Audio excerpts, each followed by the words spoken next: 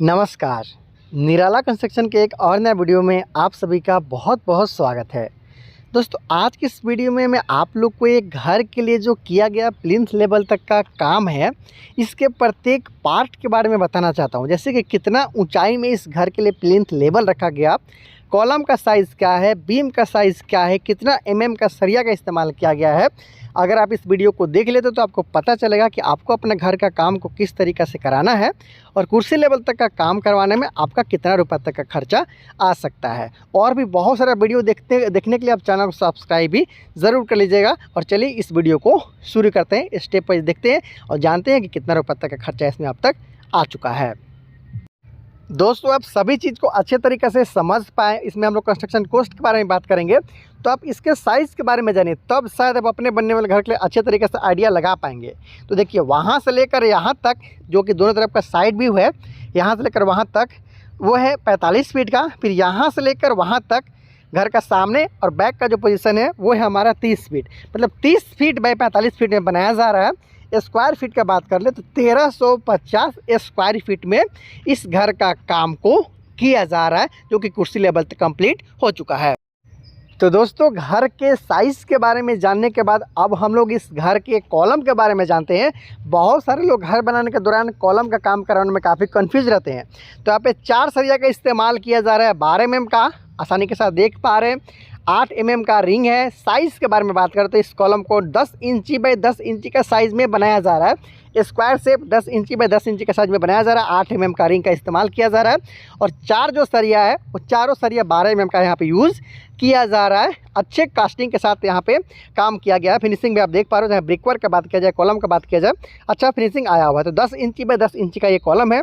Footing के बारे में भी थोड़ा सा समझ लीजिए। 2 तला के लिए जो फुटिंग लगाया गया है, 4 फीट बाई 4 फीट का गड्ढा खोदा गया, फिर 4 फीट नीचे तक उसे ले जाया गया, फिर 4 फीट नीचे से 4 फीट बाई 4 फीट के आसपास तक का साइज़ का यहाँ पे फुटिंग का काम है वो किया जाता है 2 तला घर के लिए। हालांकि ये मिट्टी पे डिपेंड करता है कि कितना गड्ढा आपको जाना है। और इस साइड में आपको 5 कॉलम देखने को मिलता है, फिर उसके बाद बीच में 5 कॉलम, फिर साइड में आपको 5 कॉलम देखने को मिलता है। मतलब टोटल 14 कॉलम के साथ में इस घर का काम को किया जा रहा है।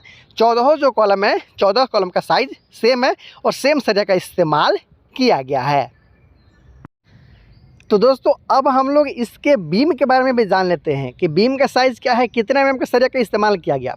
कॉलम टू कॉलम जो आप बीम देख पा रहे हो, जो हमारा प्राइमरी बीम है, उसे लगाया गया है 9 इंची बाई 9 इंची का साइज़ में। उसके साथ साथ जो कुछ सेकेंडरी बीम भी आप देखेंगे आगे में, और इस तरीक़े से ये जो बीम अंदर का भी देख पा रहे हैं, बाहर का भी देख पा रहे हैं, वो साइज़ भी 9 इंच बाई 9 इंची का है। ये देखिए कुछ इस तरीक़े से यहाँ पे मिट्टी का भराई का काम अभी बाकी है। ये सारा बीम मेरा कहने का मतलब ये है कि 9 इंची बाई 9 इंची का ही यहाँ पे लिया गया है। और इसके साथ साथ जो इसका टॉप रहता है, जहाँ पे ईंट का जोड़ाई किया जाता है, बहुत सारा केस में उसका साइज़ तो सेम रहता है, लेकिन डेप्थ को बढ़ाया जाता है। ये जो आप गहराई देख पा रहे हो ना, इसका जो गहराई है वो बढ़ाया जाता है उस केस में जब कॉलम टू कॉलम डिस्टेंस है वो बढ़ता है, कॉलम टू कॉलम का दूरी बढ़ता है। तो हालाँकि 9 इंची बाई 9 इंची का कॉलम का यहाँ पे जो काम आपने देखा था, यहाँ पे 9 इंची का जो ईंट आता है वो उसका चौड़ाई किया जाता है, इसलिए ऊपर वाला भाग का जो चौड़ाई है वो सेम रखा जाता है। कॉलम टू कॉलम डिस्टेंस ज़्यादा होगा तो नीचे वाला जो भाग है उसका जो मोटाई होता है, डेप्थ होता है, उसको बढ़ाया जाता है।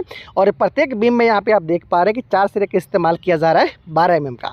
तो कॉलम और बीम में 12 mm का 4 सिरे का इस्तेमाल किया गया है और रिंग भी 8 mm का दोनों में इस्तेमाल है वो किया जा रहा है, इसलिए यहाँ पर आप देख पा रहे हैं। तो दोस्तों, काम आपने देख लिया है। अब हम लोग जान लेते हैं कि आखिर इस घर को बनाने में, प्लिंथ लेवल तक का काम करवाने में कितना रुपए तक का खर्चा अब तक आ चुका है। आप अच्छे ढंग से समझे, इसलिए मैंने आपको इसके बीम के बारे में बताया, कॉलम के बारे में बताया, लगा हुआ सरिया के बारे में बताया। हालांकि एक काम अब इसमें बाकी है कि मिट्टी डालने का काम इसमें बाकी है। इसमें जो मिट्टी का भराई किया जाता है वो काम बाकी है। चूँकि कुछ दिन पहले इसका बीम का कास्टिंग किया गया है, जोड़ाई का काम किया गया है, बाहर की तरफ ना फेंक दे, इसलिए कुछ दिन के बाद में जब दीवार यहाँ पे 7-8 दिन के बाद में पक जाता है, फिर मिट्टी का भराई है वो किया जाएगा। खर्च के बारे में बात कर ले तो इस घर को बनाने में लेबर कॉस्ट के साथ साथ मटेरियल कॉस्ट को इंक्लूड करते हुए अब तक टोटल 3,80,000 रुपये के आसपास में खर्चा है वो आ चुका है। याद रहे, जो आगे का ज़मीन है वो थोड़ा ऊंचा है, पीछे का ज़मीन गड्ढा है, इसलिए आप लोग को पीछे में ज़्यादा जोड़ाई है वो लग रहा है। तो इस तरीक़े से लेबलिंग का काम है वो करते हुए, लेबल देखते हुए आपको घर का प्लिंथ लेवल तक का काम है वो करवाना चाहिए। इस घर का नक्शा भी मेरे द्वारा बनाया गया है, और अगर आप भी अपने बनने वाले घर के लिए नक्शा चाहते हैं तो मुझसे कॉन्टैक्ट करते हुए आप अपने बनने वाले घर के लिए नक्शा भी मुझसे आ सकते हैं। आपको घर बनाने में किसी भी तरह का प्रॉब्लम का सामना करना पड़ रहा है, परेशानी आ रहा है, आप मुझसे बात करते हुए आप अपने प्रॉब्लम का सॉर्ट आउट मेरे द्वारा करवा सकते हैं। और भी बहुत सारा वीडियो देखने के लिए चैनल को सब्सक्राइब जरूर कर लीजिएगा। इस घर का काम जो स्टेप वाइज आगे बढ़ेगा बताऊंगा, दिखाऊंगा कि किस तरीक़ा से इस घर को कंप्लीट किया गया। और बहुत सारे वीडियो के लिए चैनल को सब्सक्राइब अवश्य कीजिएगा। Thank you so much.